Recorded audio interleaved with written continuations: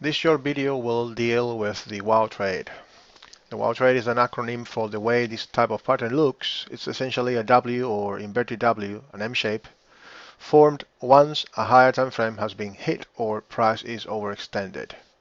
A WoW trade is the imbalance created at the break of the trend line, right before the trend line break, or at the trend line confluence. So if this is the weekly demand, for example, because these patterns normally happen when a higher time frame area is in control. When if monthly weekly area of demand is hit, price breaks. This is, let's say, the daily trend line. Price hits that weekly area of demand and rallies and breaks the descending trend line, creating a brand new daily imbalance or other imbalances in lower time frames. So it is a new imbalance created at the break of the trend line, right at the break or before the break of the trend line, which essentially inherits the property of the one area that removes the trend line. So what essentially happens when a WoW trade occurs? First of all, WoW imbalances happen on all time frames and all instruments. Normally price is testing a bigger time frame zone or a flip zone. Price is usually overextended. It is the case of many scenarios. More than 3 CPs happen and will have most likely formed, which is overextension after all. Price is reacting to a bigger time frame and creates a brand new imbalance. That's what the definition of WoW is. And one fact that we have to bear in mind is that big rallies and drops are not sustainable. At some point in time, price will start retracing, and that normally happens when these scenarios happen. Many traders, when investors will start taking profits and all that, and will start having bigger retracements. So the WoW depicts these scenarios.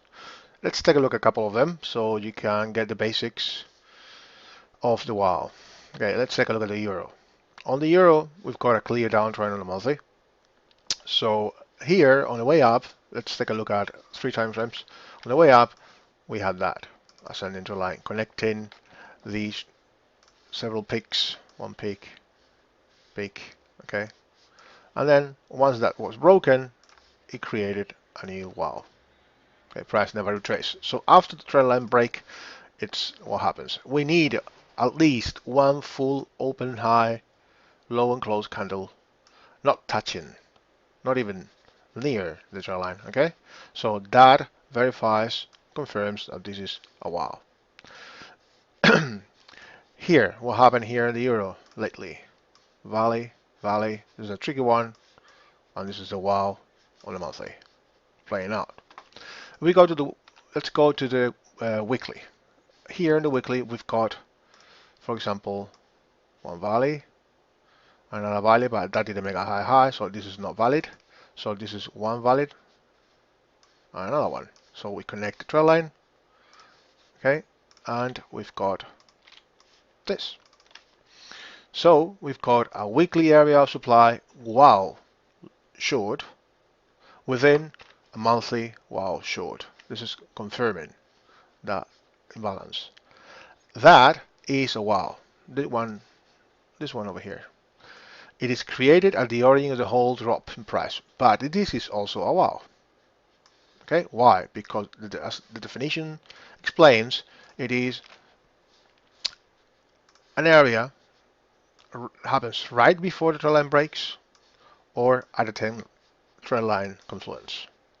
So that weekly area of supply over there is a weekly WoW short that happens at the trend line confluence, as explained by the rules.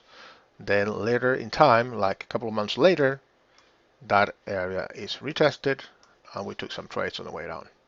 Okay, so now we went higher into monthly area of supply, a nested area of WoW short in that area, and then price retraces again. And as you probably know, remember the scenario, probably you won't remember it if you see this video in a few months time, we took a short right there. Okay, and we took shorts there as well on the pre-CPs. On the daily, same thing. If we get several valleys and peaks, and once that trend line is broken, then we're going to have WoW. So we've got a valley, another valley. We connect those, and there we have our WoW. Okay, confirmation of this area, which is the weekly area of supply. All this is the weekly area of supply, as I remember.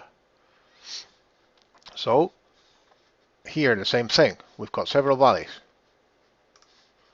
Valley, valley. So that's the W shape, as you can see. Okay, W. And when we do that for the opposing, instead of a ascending trend line and a descending trend line, this is what we have. Okay, two peaks, and then we've got an M shape.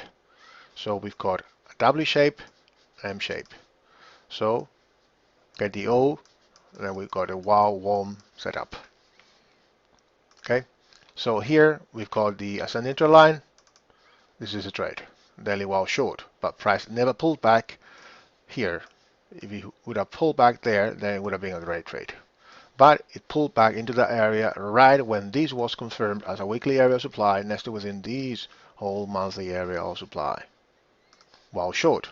So this is a daily WoW short nested within a weekly WoW short nested within a monthly WoW short.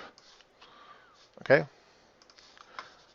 This was going to be covered in another video, but it just happened to happen here. So I will repeat this in the video of nested WoWs, which are high probability. And this is it. Every time there is a trend line break, we've got a WoW area. So the tradability of these any running balances depends on the trend, on the bigger picture, multiple time frame analysis, and your sequence, because the high probability WoW setups go with the trend, like this one. Monthly still up, 3 months down, so monthly still down, 3 months down. So when we get WoW short on a weekly, daily, and monthly, then our bias is going short. Okay, that's it. Hopefully this will be very clear. Thanks a lot.